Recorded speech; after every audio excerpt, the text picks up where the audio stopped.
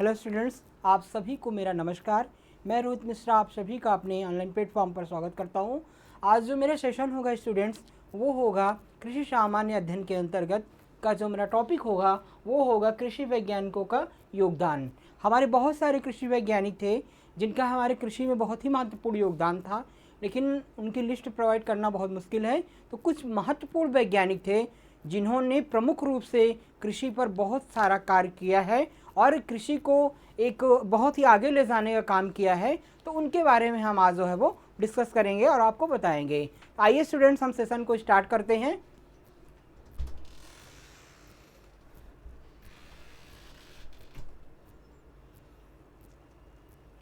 तो हमारे जो पहले जो कृषि वैज्ञानिक थे, महान कृषि वैज्ञानिक, वो थे doctor M S Swaminathan. Doctor M S Swaminathan जो थे, ये एक प्रकार के कृषि के आर्किटेक्चर कहे जाते हैं। कृषि के आगे ले जाने में इनका बहुत ही महत्वपूर्ण योगदान रहा है। इन्होंने 1966 से 67 के बीच भारत में हरित क्रांति लाई और हरित क्रांति आने से जो है वो गेहूं और चावल की फसलों में उत्पादन में अपूर्व वृद्धि हुई और हमारे भारत की जो खाद्य की समस्या थी उसका पूरी तरह से निराकरण किया था। इसीलिए इनको जो है वो भारत के हरित क्रांति के जन्मदाता या फादर ऑफ ग्रीन रिवॉल्यूशन के नाम से जानते हैं। तो आइए इनके बारे में कुछ मैं आपको बताता हूँ।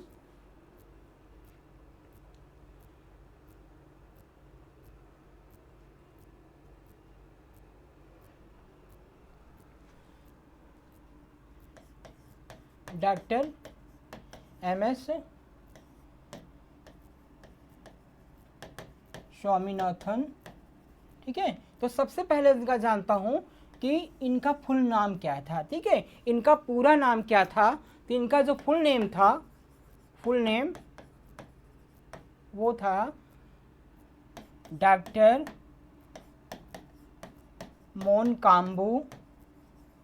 मोनकाम्बू संभाशिवम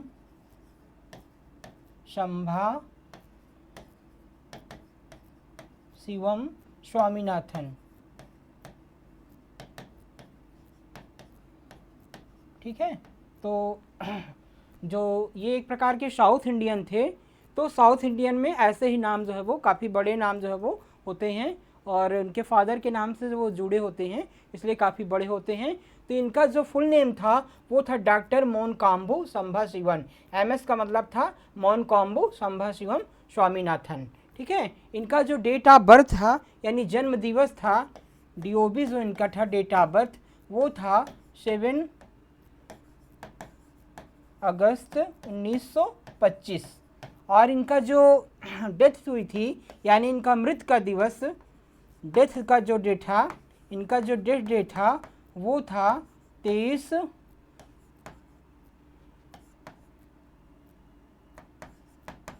सितंबर 2023। अभी पिछले साल जो है वो 2023 में इनकी जो है वो डेथ हुई थी। तो इनके बारे में काफ़ी इंपॉर्टेंट फैक्ट था कि इनका जो है वो पूरा नाम क्या था। पूरा नाम इनका डॉक्टर मोनकाम्बू संभाशिवम स्वामीनाथन था और इनका जो डेट ऑफ बर्थ था यानी जन्म दिवस था वो था 7 अगस्त 1925 और जो इनका मृत्यु दिवस था यानी डेथ हुई थी इनकी 23 सितंबर 2023 में इनकी डेथ हुई थी, ठीक है। तो आइए कुछ और फैक्ट हैं इनके बारे में मैं आपको जो है वो बताता हूँ। तो ये एक प्रकार के जो है वो गेहूं प्रजनक वैज्ञानिक भारत में हरित क्रांति इन्हीं के द्वारा लाई गई थी। तो ये जो है वो एक प्रकार के भारत में जो है वो गेहूं के वीट ब्रीडर थे और इनके द्वारा जो है वो हरित क्रांति जो है वो लाई गई थी।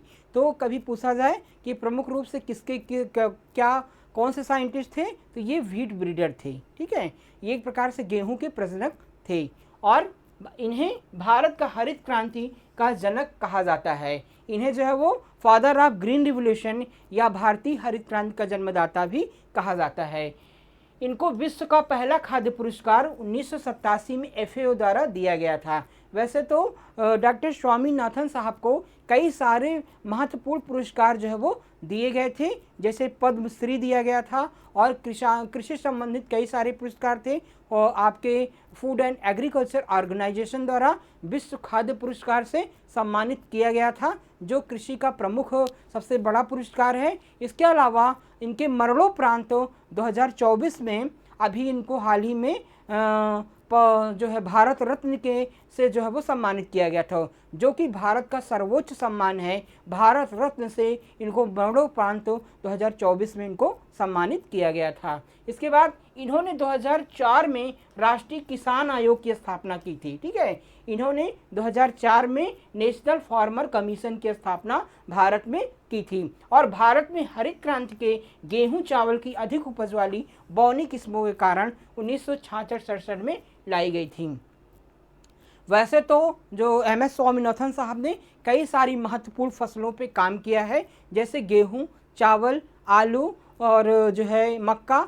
तो कई सारी महत्वपूर्ण जो अनाज वाली फसलें थी उस पर अनुसंधान का काम, उसको जेनेटिक उनके अनुवांशिक गुणों में परिवर्तन का काम, उनके बौनी प्रजातियों को विकसित करने का काम जो है वो किया था। परंतु हरित क्रांति में प्रमुख रूप से जो है वो गेहूं एवं चावल के उत्पादन, गेहूं एवं चावल की कई सारी महत्वपूर्ण उन्नतशील प्रजातियों को विकसित करने में इनका काफ़ी महत्वपूर्ण योगदान इनका रहा है।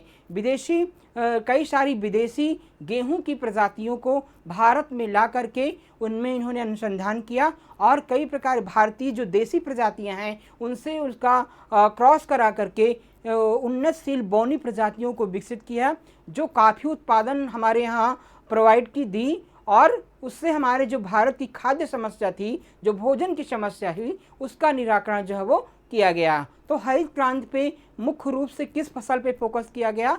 मुख्य रूप से गेहूं की फसल पे फोकस जो है वो किया गया था। कई प्रकार की गेहूं की बौनी प्रजातियों को विकसित किया जो अत्यधिक उत्पादन देने वाले थी और उनसे काफ़ी प्रोडक्शन प्राप्त हुआ। यानी काफ़ी 1970 से 72 में बहुत तेज़ी से प्रोडक्शन के उत्पादन में वृद्धि हुई और हमारे इंडिया में जो हमारी खाद्य समस्या थी, भोजन की समस्या थी, उसका निराकरण जो है वो किया गया। तो इसीलिए इसको सेशन को हरित क्रांति के नाम से जानते हैं।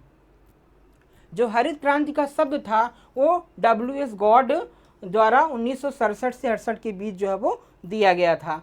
इसके बाद जो सतत हरित क्रांति शब्द है, एक प्रकार का सतत हरित क्रांति शब्द जो है वो डॉक्टर एमएस स्वामीनाथन ने सर्वप्रथम दिया था। तो अभी फिर हरित क्रांति आने के बाद जो है वो उसके बाद लगभग 93 में एक सतत हरित क्रांति की पुनः प्रारंभ किया गया। तो सतत हरित क्रांति में जो है वो डॉक्टर एमएस स्वामीनाथन साहब ने जो हरित क्रांति में कमियां रह गई थी और सतत हरित क्रांति में कृषि के अन्य क्षेत्र, ठीक है, हरित क्रांति में केवल अनाज उत्पादन पे फोकस किया गया था, लेकिन सतत हरित क्रांति जो थी उसके अंतर्गत जो है वो कई सारे अन्य क्षेत्र, जैसे आपका मधुमक्खी पालन, पशुपालन, डेयरी उद्योग पे भी और दलहन, तिलहन, अन्य क्षेत्रों पर भी जो है वो उत्पादन को वृद्धि पे ध्यान दिया गया। जो कृषि के सभी क्षेत्र हैं उनके उत्पादन पे फोकस किया गया। किसमें किया गया? सतत हरित क्रांति के अंतर्गत। हरित क्रांति के मुख्य कंपोनेंट थे अधिक उपज होने वाली बौनी किस्मों का उपयोग, पौध संरक्षण सामग्री व रासायनिक उर्वरकों का उपयोग। तो हरित क्रांति की जो मुख्य थीम थी, जो मुख्य घटक थे, कंपोनेंट थे, वो क्या थे?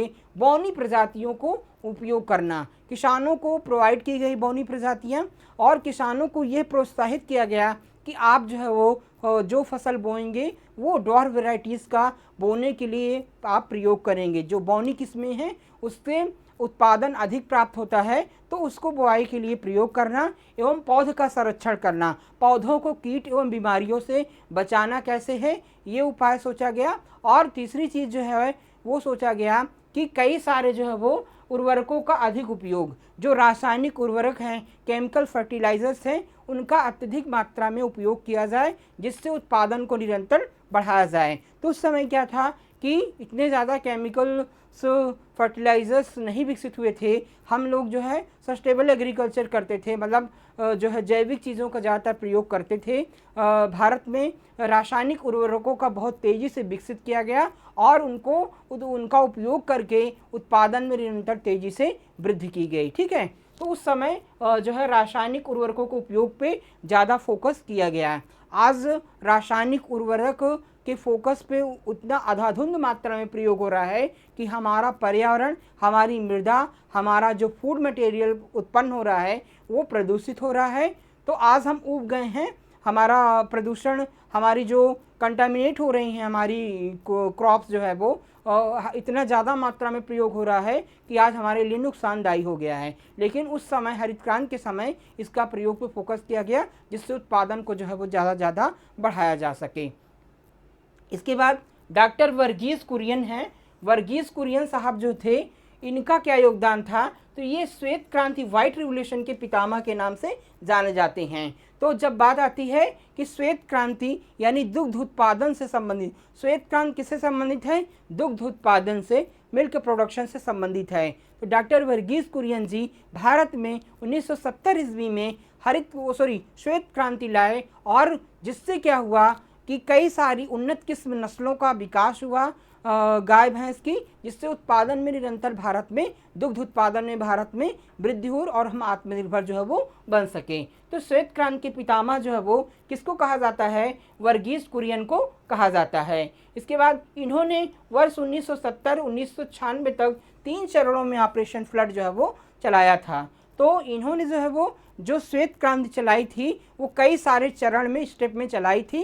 1970 से लेकर के 1996 तक कई चरण में इन्होंने श्वेत क्रांति भारत में चलाई और निरंतर जो है वो दुग्ध उत्पादन में जो है वो वृद्धि किया था।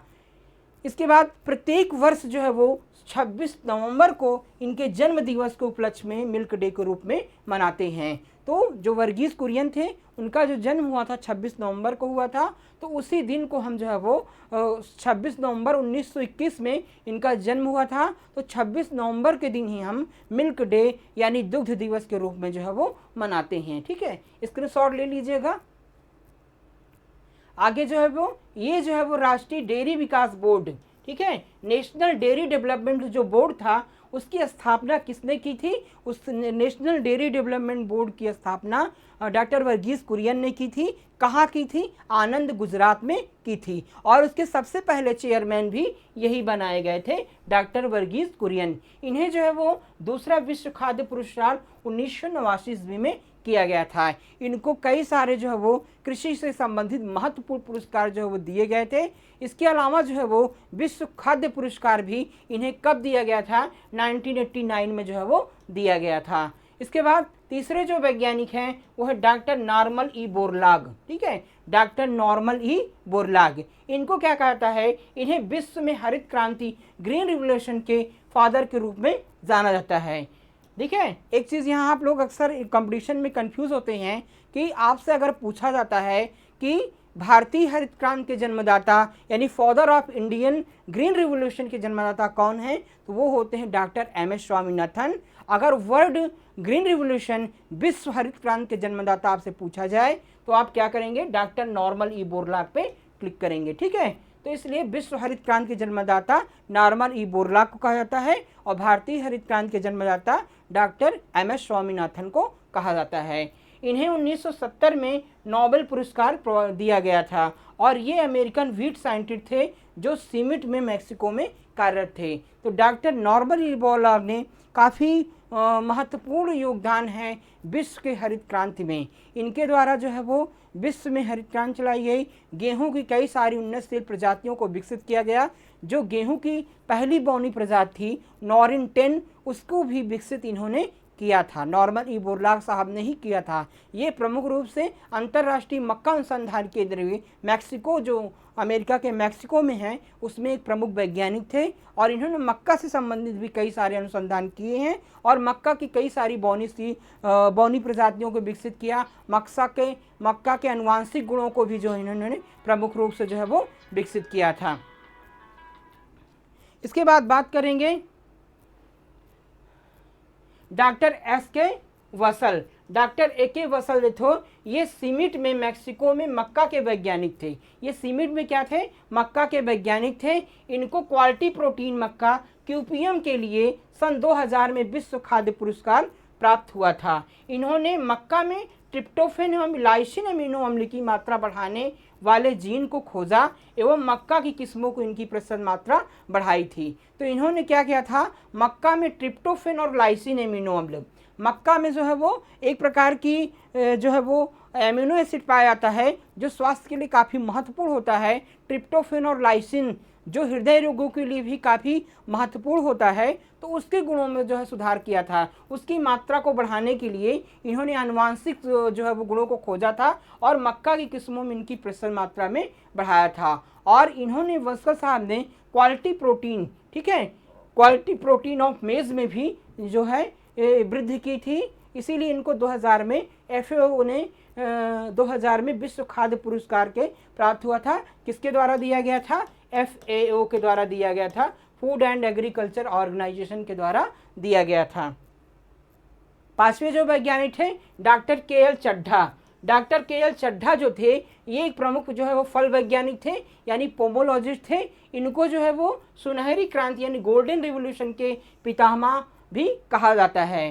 तो ये जो आपके डॉक्टर के.एल. चड्ढा सर थे ये एक प्रमुख फल वैज्ञानिक थे और इनको जो है वो एक सुनहरी क्रांति जो चली थी, गोल्डन रिवोल्यूशन, जो फल के उत्पादन से संबंधित थी, फल एवं मधुमक्खी पालन से संबंधित थी, उसके प्रमुख जनक भी कहे जाते हैं। यानी फादर ऑफ गोल्डन रिवोल्यूशन के जनक कौन है? Doctor K L. चड्ढा थे। और इन्हें जो है वो फादर ऑफ मॉडर्न हॉर्टिकल्चर यानी आधुनिक उद्यानिकी का जनक भी कहा जाता है। अगर आपसे पूछा जाए कि आधुनिक उद्यानिकी के जनक कौन है तो वो है डॉक्टर के.एल. चड्ढा सर, ठीक है।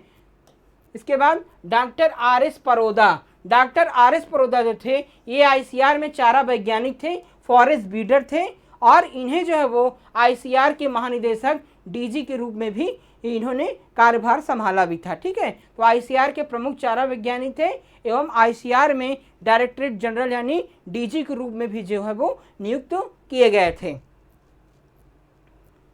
वर्तमान में ये जो है हरियाणा किसान आयोग के अध्यक्ष, trust of advancement of the agriculture scientist task के जो है वो चेयरमैन भी हैं। इसके बाद डॉक्टर ए.एस. फरोदा, ठीक है। Doctor AS. जो फरोदा थे ये प्रमुख रूप से कृषि विश्वविद्यालय एमपीयूटी आपकी जो प्रमुख कृषि विद्यालय है आपके उदयपुर राजस्थान में, जो आपका Maharana Pratap university of agriculture technology है, उसके प्रथम कुलपति भी ये रह चुके हैं। ये कृषि वैज्ञानिक चयन मंडल ASRB agriculture scientist requirement board के चेयरमैन भी रह चुके हैं। ये जो है वो कई सारे क्षेत्रों में काफ़ी महत्वपूर्ण इनका योगदान है। गेहूं की कई सारी प्रमुख प्रजातियों को इन्होंने गेहूं की फसल पर काम किया था। आपकी पल्सेस की कई सारी उन्नतशील प्रजातियों को इन्होंने विकसित करने का काम किया था, ठीक है। उनके अनुवांशिक गुणों में जो है वो सुधार करने का काम किया था। तो फरोदा साहब का काफ़ी महत्वपूर्ण योगदान था एग्रीकल्चर में। तो ये कई सारे वैज्ञानिकों के नाम हम आपसे डिस्कस किए। ये अक्सर आपसे जो है वो पूछे जाते रहते हैं और बिल्कुल आपको जानना आवश्यक है इसके बारे में। तो आज के सेशन में बस इतना है स्टूडेंट्स। हम नेक्स्ट सेशन में आपसे फिर नए टॉपिक के साथ मिलेंगे। धन्यवाद।